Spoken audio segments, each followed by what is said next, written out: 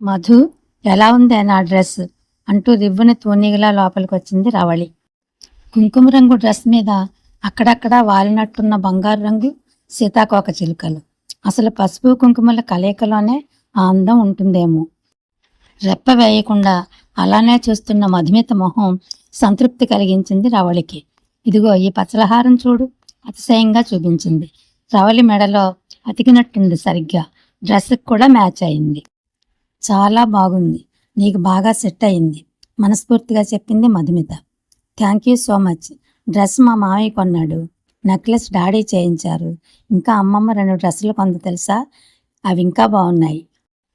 నాన్నమ్మ కూడా ఒక డ్రెస్ కొంది. ఈ పండక్కి మొత్తం 4 డ్రెస్సులు వచ్చాయి. ఇవి నీకు చూపించాలనే ఇంటికి రాగానే నీ దగ్గరికే వచ్చాను. ఆగి మధు మొహం వైపు చూసింది. అవును, నీ డ్రెస్సులు చూపించవా నాకు?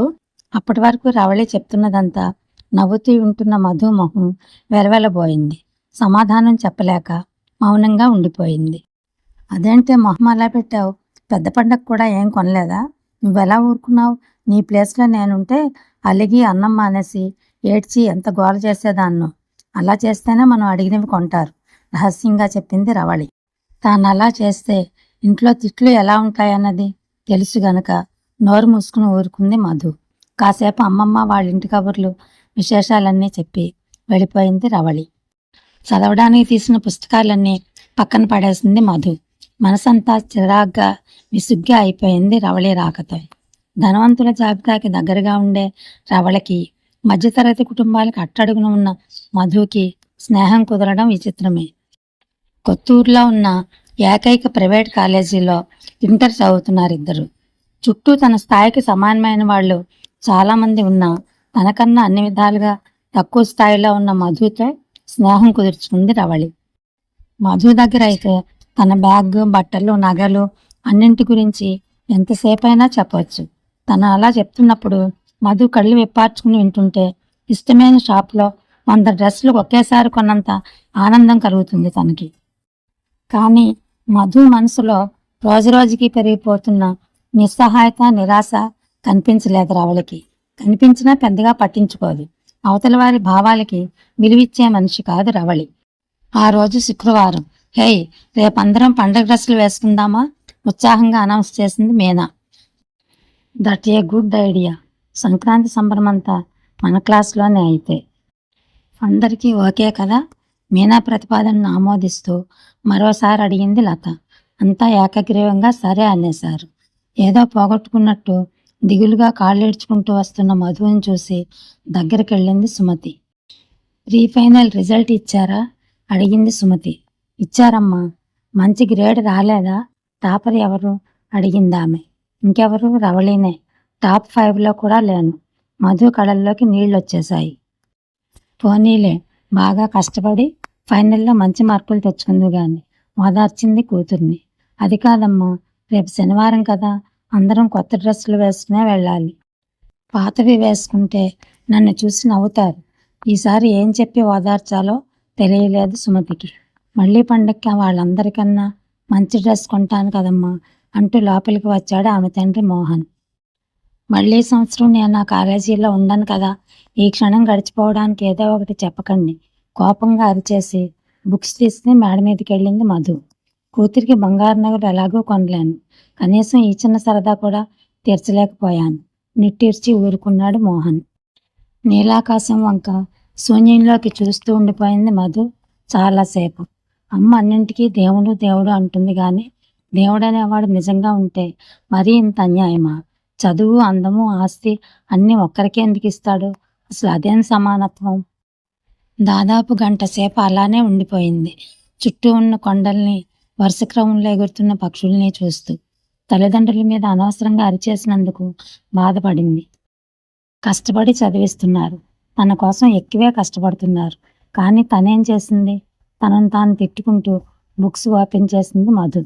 తను కొత్త డ్రెస్ వేసుకోకుండా వెళ్ళడం కారణం తెలిసి కూడా రవళి 1కి 2 సార్లు అడగడం, అదేదో పెద్ద బ్రేకింగ్ న్యూస్లా అందరికీ చెప్పడం అవసరమా అని శనివారం ఇంట్లోనే ఉండిపోయింది మధు.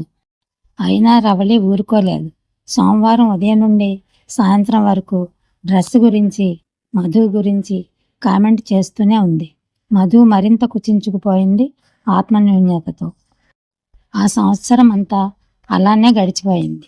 ఇంటర్ తర్వాత షార్ట్ టర్మ్ కోచింగ్ తీసుకుని మంచి ర్యాంకు రావడంతో రవళి బీటెక్లో జాయిన్ అయింది హైదరాబాద్లో. మధుకి అనుకున్న ర్యాంకు రాక డిగ్రీలో జాయిన్ అయింది పక్క ఊరిలో.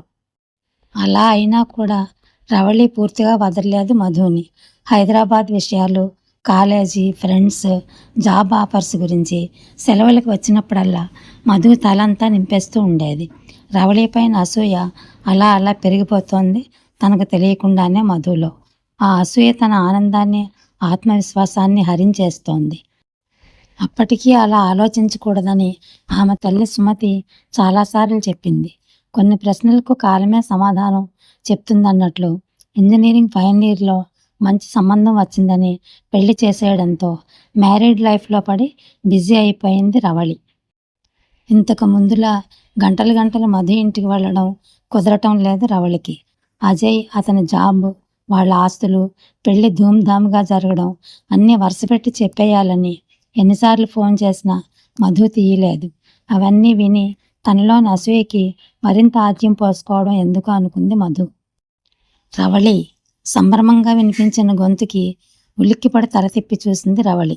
ఎదురుగా మధు. దాదాపు 8 ఏళ్ళు అయింది చూసి. అన్నాళ్ల తర్వాత పాత స్నేహితురాలు సడన్గా కనిపించడమే చిత్రంగా ఉంటే, ఎప్పుడూ తనను తప్పుకుని తిరిగే మధు తనంతట తనే వచ్చి పలకరించడం ఇంకా విచిత్రం అనిపించింది రవళికి. హాయ్, ఎలా ఉన్నావు? నువ్వేంటి ఇక్కడ? ఆశ్చర్యంగా అడిగింది రవళి.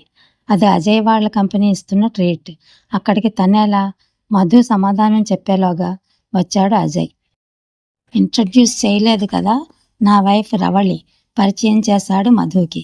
రవళి కళ్ళప్పగించి చూస్తోంది అలానే, అర్థం కానట్టు. మధుమిత, నా కొలీగ్ కమ్ ఫ్రెండ్. తల తిరిగింది రవళికి. ఎంసెట్లో మంచి ర్యాంకు కూడా రాని మధు అంత పెద్ద కంపెనీలో వర్క్ చేస్తోందా? మేం కాలేజ్ మేట్స్. నవ్వుతూ చెప్తున్న మధు మొహంలో ఇదివరకు ఎన్నడూ కనిపించినంత ఆత్మవిశ్వాసం. ఇదెలా సాధ్యం? రవళిలో మారుతున్న హావభావాలు తన విజయానికి గుర్తులుగా కనిపిస్తున్నాయి మధుకి. ఓ, దట్స్ నైస్. అయితే ఇప్పుడు ఫ్యామిలీ ఫ్రెండ్స్ అయిపోయాం అంటూ విశాల్ ఒకసారి రా ఎవరినో పిలిచాడు. ఏంట్రా? మంచి డ్రెస్ కోడ్తో ఉన్న మరొక అతను వచ్చాడు. అక్కడంతా అరేంజ్మెంట్స్ చేయలేక చస్తుంటే ఏంటి ఇక్కడ మీటింగ్? హడావిడిగా అడిగాడు అతను. Meet my husband Vishal. సూటిగా రవళి కళ్ళల్లోకి చూసింది మధు. వరుసగా తగిలిన షాక్స్కి అయోమయంగా ఉంది రవళికి. ఇదే కదా తను కోరుకున్నది అనుకుంటూ పార్టీ అయిపోయే వరకు రవళిని అబ్జర్వ్ చేసింది మధు. అనుకున్నట్టే ఉదయానికల్లా మధు వివరాలన్నీ సేకరించింది రవళి అజయ్ ద్వారా. అకౌంట్స్ మీద ఉన్న ఇంట్రెస్ట్తో కామర్స్తో డిగ్రీ చేసి తర్వాత MBA చేసిందట. తర్వాత ఏదో సాఫ్ట్వేర్ కోర్స్ నేర్చుకుని ఇంటర్వ్యూకి వెళ్ళినప్పుడు అజయ్ పరిచయమై వాళ్ళ కంపెనీలో రిఫర్ చేశాడంట. 1 ఇయర్కి జాబ్ పర్మనెంట్ అయ్యింది. అదే టీంలో వర్క్ చేస్తున్న విశాల్తో పెళ్ళయి 3 సంవత్సరాలు అయింది. రవళి మనసంతా ఏదో తెలియని అసంతృప్తి. ఆదివారం ఉదయాన్నే ఇంటి ముందు దిగిన రవళిని చూసి అంతలా ఆశ్చర్యపోలేదు మధు. వెల్కమ్ వెల్కమ్ నవ్వుతూ ఆహ్వానించింది మధు. ఓ పెద్ద అపార్ట్మెంట్లో డబుల్ బెడ్రూమ్ ఫ్లాట్. తమలా ఇండిపెండెంట్ హౌస్ కాదు అనుకుంది రవళి. అబ్బా, లివింగ్ ఏరియా చాలా తక్కువ. నువ్వు మా ఇల్లు చూస్తే షాక్ అవుతావు. 3 ఫ్లోర్లు, డూప్లెక్స్ మొదలుపెట్టింది రవళి. వెయిట్ మధ్యలోనే ఆపింది మధు. అది నీ సొంతమేనా? అంది మధు. అంటే అద్దె ఇల్లుని మా ఇల్లు అంటాననుకున్నావా? అంది రవళి. నేననేది అది కాదు. ఇల్లు అంకుల్ కట్టించి ఇచ్చారా లేదంటే అజయ్ కొన్నాడా? అంది మధు. అజయ్ కొన్నాడు అంది రవళి. మరప్పుడు పూర్తిగా నీదెలా అవుతుంది? ఇది నా ఇల్లు. నేను విశాల్ జాయింట్ లోన్ పెట్టి తీసుకున్నాం. మొదలైందా వాదన అంటూ బెడ్రూమ్ నుంచి బయటకు వచ్చింది సుమతి. బాగున్నారా ఆంటీ? పలకరించింది రవళి. నేనేం మొదలు పెట్టలేదమ్మా, అదే రాగానే స్టార్ట్ చేసింది. చిన్నప్పటి నుంచి అలవాటైపోయింది కదా. కళ్ళు ఎగరేసి నవ్వింది మధు. నేను మామూలుగానే అన్నా ఆంటీ, మీ కూతురే నా ఇల్లు నాది కాదంటోంది ఉక్రోషంగా అంది రవళి. సరే, కాఫీ తెస్తా, లోపలికి వెళ్ళింది ఆవిడ. అయినా అజయ్ రిఫరెన్స్తోనే నీకు జాబ్ వచ్చిందట కదా అంది రవళి. రిఫరెన్స్ ఇచ్చేవాళ్ళు 100 మంది ఉంటారు, కానీ వచ్చిన జాబ్ని నిలబెట్టుకునే వాళ్ళు ఎంతమందో అజయ్ని అడగలేదా? మధు అసలు తగ్గలేదు. నాకు జాబ్ చేసే ఇంట్రెస్ట్ లేదులే, ఆ జీతం కోసం రోజంతా వాళ్ళు చెప్పిన దానికి తల ఊపాలి అంది రవళి. మరెందుకు చదివావు? పెళ్లికి క్వాలిఫికేషనా? అలా అర్ధగంట సేపు వాదించుకున్నాక అర్థమైపోయింది రవళికి ఇక మధుతో నెగ్గలేనని. కాలేజీలో చదివినప్పటి మధు కాదు, అన్నింటికీ ప్రిపేర్ అయినట్టు సమాధానాలు రెడీగా ఉన్నాయి. అప్పుడు నోటి నుంచి మాట బయటికి వచ్చేది కాదు.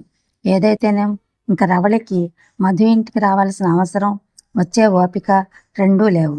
మధు ఇప్పుడు గంగిరెద్దులా తను చెప్పిన వాటికి తల ఊపదు. అయినా అది కష్టపడి అన్నీ కొనుక్కోవాలి. తనకేం అడగడం ఆలస్యం. తండ్రి లేదా అజయ్ చేతిలో పెడతారు. గర్వంగా నవ్వుకుంది రవళి.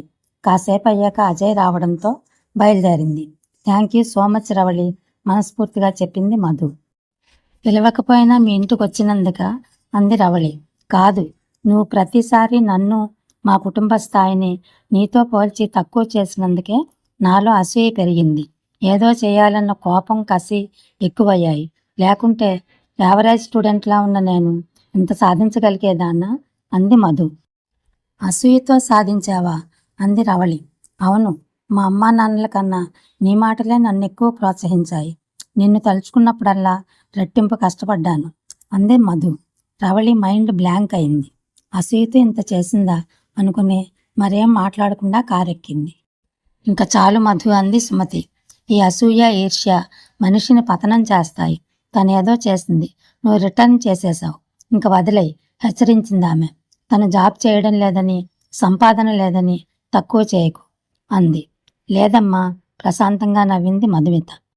తనను తక్కువ చేయాలని నాకెప్పుడూ లేదమ్మా. నేను నీతో సమానమని మాత్రమే చూపించాలనుకున్నా. తను తన కుటుంబం తప్ప మిగిలిన వాళ్ళందరూ అధములు అన్న భావన వదిలేయాలని అలా మాట్లాడా. ఎవరినైనా తక్కువ చేసి బాధ పెట్టే హక్కు లేదుగా తనకి. అయితే నీ సక్సెస్కి కారణం మేమెవరం కాదు రవళన్నమాట అంది సుమతి. అది మాత్రం నిజం. నవ్వుకుంటూ తల్లి భుజాల చుట్టూ చేతులేసి లోపలికి నడిచింది Madhumita. Thank you for watching.